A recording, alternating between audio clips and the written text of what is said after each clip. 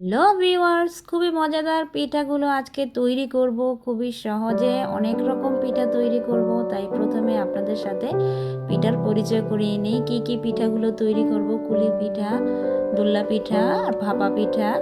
কারণ শীত আসলে অনেক রকমের পিঠা খেতে ভালোই লাগে, আর সহজে কিভাবে বানানো যায় সেগুলোই দেখিয়ে দিব। তো পাটিসাপটা পিঠাও তৈরি করে নিব। তো পাটিসাপটার জন্য আমি এখানে ক্ষীর তৈরি করতেছি। তো খুবই সহজেই কিন্তু আপনারা ক্ষীর তৈরি করতে পারবেন অল্প উপকরণ দিয়ে।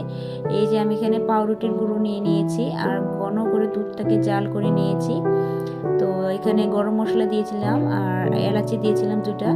তো তার মধ্যে আমি রুটিগুলো ব্লেন্ড করে দিয়ে দিয়েছি দ্রুত ঘন হওয়ার জন্য, আর একটা ক্ষীরের মতো পায়েস তৈরি করার জন্য, যাতে সেই ক্ষীরটা আমরা পাটিসাপটার মধ্যে দিতে পারি। এই পর্যায়ে আমি একটু গুড় অ্যাড করে দিলাম। তো সহজেই আমি ক্ষীর তৈরি করে নিলাম পাটিসাপটার জন্য। আপনারাও চাইলে এরকম সহজভাবে খুবই মজাদার একটা পাটিসাপটা তৈরি করতে পারেন অল্প কিছু উপকরণ দিয়ে। তো এই পর্যায়ে আমি গুড় নিয়ে নিয়েছি। তো একটু পানি দিয়ে গুড়গুলো গলিয়ে নিয়েছি। এই পর্যায়ে চাল বাটা করেছিলাম পাটিসাপটার জন্য, সেই চাল বাটাটা নিয়ে নিলাম। তো এগুলো এখন ভালো করে মিক্স করে নেব। কারণ পাটিসাপটাটা যদি একটু লালচে হয় দেখতে ভালো লাগে, লোভনীয় কালার, খেতে কিন্তু খুবই ভালো লাগে। তো কিভাবে ঝটপট দেখেন আমি পাটিসাপটাটা পিঠাও তৈরি করে নেব। আসলে পিঠা যেমনই হোক না কেন, যদি সুন্দর করে বানায় আর দেখতে লোভনীয় হয় না, তাহলে পিঠার স্বাদটা অটোমেটিক কিন্তু বেড়ে যায়। তো উঠে উঠে চলে আসতেছিল। তো আমি আস্তে আস্তে এটা হিটে তো রান্না করে নিলাম। এই পর্যায়ে ক্ষীরটা দিয়ে দিচ্ছি। আসলে পাটিসাপটাটা কিন্তু খেতে খুবই দারুণ লাগে। আপনারা এভাবে সহজভাবে বাসায় যে কোনো মুহূর্তেই ঘরোয়া উপকরণ দিয়েই কিন্তু আপনারা এরকম একটা ক্ষীর তৈরি করে পাটিসাপটা তৈরি করে দিতে পারেন সবাইকে। তো আমি সহজেই পাটিসাপটাটা তৈরি করে নিলাম। দেখেন আমার পাটিসাপটাও হয়ে গিয়েছে। আসলে স্কিপ করে দেখাচ্ছি, অনেক লম্বা হয়ে যাবে ভিডিও, অনেক রকমের পিঠা তৈরি করব এই জন্য। তো পাটিসাপটা পিঠা এভাবে তৈরি করে নিলাম। এখন চলে যাব দোল্লা পিঠায়, মানে লাড্ডু পিঠা অনেকে বলে অনেক অঞ্চলে।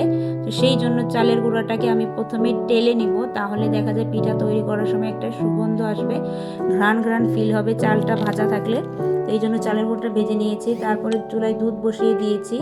তো দুধগুলো কিছুক্ষণ জাল করে নিব। তারপরে আমি এখানে চাল বাটা, তিল বাটা, গুড়, নারিকেল দিয়ে একটা মিশ্রণ তৈরি করে নিব। নারিকেল দিয়ে দিলাম এ পর্যায়ে। তো ভালো করে মিশ্রণটা যখন গলে যাবে, তো সেই পর্যায়ে আমি চালগুলো অ্যাড করে দিব, চালের গুঁড়োগুলো। তো এই যে চালের গুঁড়োগুলো দিয়ে দিলাম। তো এগুলো ভালো করে মিক্স করে, যখন এটা মিক্স পুরো হয়ে যাবে নেড়ে চেড়ে, তখন একটা ডোর মতো করে, যেরকম আমরা রুটি বানাই সেরকম করে নেব মতে। এই যে করে নিয়েছি। তো এগুলোকে এখন লাড্ডুর মতো করে নেব, শেপ করে নেব গোল গোল করে। তো লেচি কেটে ছোট ছোট করে বলের মতো করে তৈরি করে নেব। এই যে দেখেন লাড্ডুর মতো করে। তো আমি সহজেই এরকমভাবে এক এক করে সবগুলো বানিয়ে নেব, কিন্তু একসাথে এতগুলো তো দেখানো যাবে না, তো অল্প করে দেখিয়ে দিলাম। তো আমার লাড্ডুগুলো সব হয়ে গিয়েছে। এই পর্যায়ে লাড্ডুগুলো কিন্তু আমাদের সিদ্ধ করা বাকি আছে। তো স্ট্যান্ডের মধ্যে দিয়ে আমি চুলায় বসিয়ে দেবো একটু সিদ্ধ করার জন্য, তাহলে আমাদের পিঠাটা খাওয়ার জন্য প্রস্তুত হয়ে যাবে। তো এই পর্যায়ে আমি স্ট্যান্ডে দিয়ে দেবো সিদ্ধ। তো এই যে দিয়ে দিলাম। প্রায় আমি আধা ঘন্টা স্ট্যান্ডে দিয়ে সিদ্ধ করে নিয়েছি। এই যে আমার পিঠা হয়ে গিয়েছে। লাড্ডু পিঠাও বলা যায়, যে কোনো দেশে কি অঞ্চলে কি নামে বলে জানি না, তবে আমরা দোল্লা পিঠা বলি। এই পর্যায়ে আবারও চলে আসলাম কুলি পিঠায়। তো কুলি পিঠার জন্য চাল বাটা, তিল বাটা, তারপর নারিকেল গুড়, এটা ওই দেখা যায় দোল্লা পিঠা কিংবা লাড্ডু পিঠার মতো উপকরণগুলো লাগে। তো সেভাবেই আমি এটাকে একই রকম করে জাল করে নিয়েছিলাম। তো সেই জন্য এটা আবারও রিপিট করে দেখানো হলো। এটা দেখা যায় এটা আমরা শুকিয়ে নিব। ওটা যেমন ভিজা ভিজা ছিল, চালের গুঁড়ো দিয়ে মিক্স করে নিয়েছি, এটা শুকনো থাকবে। এটা জাল করে আমি ভালো করে শুকিয়ে নিব। তো শুকানোর পর কীরকম হবে সেটাও আপনাদের দেখাবো। প্রথমে এই পর্যায়ে আমি চালটা গুলে নিব, চালের গুঁড়িটা দিয়ে আটার মতো করে। তো এই জন্য আমি এগুলো সিদ্ধ করে নিচ্ছি চালের গুঁড়োটা। কারণ কুলি পিঠা যদি মজাদার আর মচমচে পিঠা খাইতে মনে চায়, তাহলে কিন্তু আমাদের এভাবেই কিন্তু তৈরি করতে হবে চালের গুঁড়োটা দিয়ে। তো আমার চালের গুঁড়োটা সিদ্ধ করে এনে আটার মতো মতে নিয়েছি। তো এই পর্যায়ে আমি একটু একটু লেচি কেটে বেলে নিব কুলি পিঠার জন্য। তো আস্তে আস্তে করে চালের এভাবেও আমরা যতই যত্ন করে বানাই না কেন, চাল কিন্তু ফেটেই যাবে, যেমন ফেটে গেছিলো। তো এই জন্য আমি কেটে নিলাম সুন্দর শেপে কুলি পিঠার জন্য। তো এই যে কেটে নিয়েছি। এরপর যদি এই পুরটা আমি শুকিয়ে নিয়েছিলাম, এই পুরটা ভিতরে ভরে দিব। তো আসলে আমরা একই রকম পুর দিয়ে 2 রকম পিঠা তৈরি করতে পারি, আর অল্প সময় অনেক রকমের পিঠা কিভাবে তৈরি করে নিতে পারবেন সেটাই ঝটপট তৈরি করে দেখাচ্ছি আপনাদের।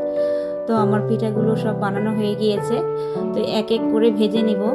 আপনারা চাইলে এরকম সহজে অনেকগুলো পিঠা, কোনো মেহমান বা দেখা যায় কোনো জায়গায় বেড়াতে যাবেন, তাহলে এরকম সহজেই পিঠাগুলো ঝটপট তৈরি করে দেখা যায় আপনারা কোথাও নিয়ে যেতে পারবেন, খেতে রেখে রেখে খেতে পারবেন। তো আমি আবার একসাথে অনেকগুলো পিঠাই তৈরি করে নিলাম।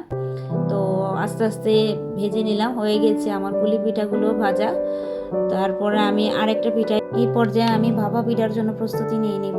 তো প্রথমে 2 কাপ চালের গুঁড়ো নিয়ে নিব। 2 কাপ চালের গুঁড়ো নিয়ে তার মধ্যে আমি একটু আধা চামচের মতো লবণ দিয়ে দিব, কারণ আমরা প্রথমেই লবণটা অ্যাড করতে হয়। তো আধা চামচ লবণ নিয়ে নিব, যে লবণ নিয়ে নিলাম। এখন মিক্স করে এগুলো ভালো করে নেড়ে চেড়ে আলতোভাবে অল্প অল্প পানি দিয়ে আমি চালের গুঁড়োটাকে মেখে নিব, কারণ ভাপা পিঠার জন্য দেখা যায় চালের গুঁড়োটা হালকা হালকা পানি দিয়ে, অল্প অল্প পানি দিয়ে আমরা নেড়ে চেড়ে শুকনো শুকনো করে আলতো করে রাখতে হবে, যাতে সেটা মোটা মোটা দানা না হয়ে যায়, এই জন্য। তো এই যে দেখেন অল্প অল্প করে দিচ্ছি পানিটা, সুন্দরভাবে অল্প অল্প করে পানি দিয়ে এভাবে আমরা নেড়ে চেড়ে অনেকক্ষণ নেড়ে চেড়ে যখন এটা দেখবো ঝরঝরে হয়ে আসতেছে চালের গুঁড়োটা, তারপর দেখা যায় যখন আমরা এগুলো নেড়ে চেড়ে দেখবো যে একটু চাপ দিলে দেখা যায় যে একটার গায়ে আরেকটা লেগে যায়, তখনই আমরা বুঝতে পারবো চালের গুঁড়োটা মাখানো আমাদের হয়ে গিয়েছে। তো ততক্ষণ পর্যন্ত আমরা নেড়ে চেড়ে পানি দিয়ে মিক্স করতে থাকবো, কারণ শুকনো চালের গুঁড়োতে পানিটা একটু বেশিই লাগে। আপনি যদি ভিজা চালের গুঁড়ো নেন তাহলে এতটা পানি প্রয়োজন হয় না, কিন্তু শুকনো চালের গুঁড়োতে কিন্তু দেখা যায় প্রচুর পানি দিতে হয়। কিন্তু মাত্রা বুঝে পানি ইউজ করবেন, নয়তো দেখা যায় আপনার চালের গুঁড়োটা বেশি ভেজা হয়ে যাবে, তখন দেখা যায় পিঠাটা ঝরঝরা হবে না। তো এই যে দেখেন আমার চালের গুঁড়ো হয়ে গিয়েছে। এই পর্যায়ে আমি স্ট্যান্ডের মধ্যে দিয়ে এই চালের গুঁড়োকে একটু চেলে নিব। তো চেলে নিলে কি হয়, খুবই সুন্দর পিঠাটা হয়।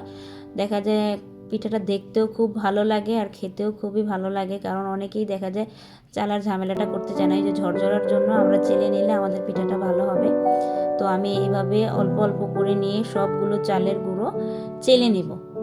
তো আপনারাও চাইলে এরকমভাবে সহজভাবে যদি চালের গুঁড়ো চেলে নেন, তাহলে আশা করি আপনাদের পিঠাগুলো অনেক সুন্দর হবে। তো আমি এভাবে সবগুলো গুঁড়ি চেলে নিলাম। এই পর্যায়ে ভাপা পিঠার জন্য গুড় নিয়ে নিব। তো কিন্তু চালের গুঁড়োটা কিন্তু আপনারা যখন শুকনো চালের গুঁড়োটা করবেন, তখন সবগুলো কাজ করার পরে তখন এই 10 মিনিটের জন্য ঢেকে রাখবেন, নয়তো চালের গুঁড়োটা একটু, শুকনো চালের গুঁড়ো তো একটু ভিজতে সময় লাগে, নয়তো পিঠাটা সুন্দর হবে না। তো আমি 10 মিনিট ঢেকে রেখেছিলাম। এই পর্যায়ে গুড় কেটে নিয়েছি। তো সহজে আমাদের বাড়িতে আবার নারিকেল খেলে সমস্যা হয়ে যায়, কারণ নারিকেলে দেখা যায় ঠান্ডাটা বেড়ে যায় বাচ্চাদের, জন্য আমি নারিকেল ছাড়া পিঠা তৈরি করছি। তো একটু গুড় দিয়ে দিয়েছি মাঝখানে, তারপরে চালের গুঁড়ো দিয়ে দিব, এভাবে সুন্দর করে সাজিয়ে তারপরে আমি চুলায় দিয়ে দিব। তো আপনারা এরকম ছোটো বাটি দিতে পারেন, আমি ছোটো বাটি দিয়েছি দেখা সুন্দরের জন্য, কারণ সৌন্দর্য একটা ব্যাপার আছে, খাবারের থেকে সৌন্দর্যটাই বেশি ম্যাটার করে কিন্তু। তো এই যে আমি এবার সুন্দর করে নেট মশারি নিয়ে নিয়েছিলাম, তো সেটার মধ্যে দিয়ে পিঠাটা তৈরি করার জন্য হাঁড়িতে দিয়ে দিব। এই যে আমার হাঁড়ি পিঠা, তো দেখেন আমি বসিয়ে দিলাম। আমার বেশিক্ষণ লাগবে না, 2 মিনিটে আমার পিঠাটা সিদ্ধ হয়ে যাবে, কারণ এই পিঠাটা এখানে দ্রুত সিদ্ধ হয়ে যায়, আমাদের সময়ও খুব কম লাগে, আর ছোট পিঠা হলে দ্রুত সিদ্ধ হয়ে যায়। তো দেখেন আমি পিঠাটা হয়ে গিয়েছে, কারণ বসানোর কিছুক্ষণ পরই দেখবেন আপনার পিঠাটা হয়ে গিয়েছে। তো ঝটপট পিঠাগুলো করে নিলাম। তো এরকম মজাদার ভাপা পিঠা ঝটপট করে নিলাম। তো আজকের পিঠাগুলো যদি ভালো লেগে থাকে, সহজ রেসিপি মনে হয়, তো অবশ্যই আমার চ্যানেলকে সাবস্ক্রাইব করে যাবেন আর লাইক দিয়ে অনুপ্রেরণা বাড়িয়ে দিয়ে যাবেন।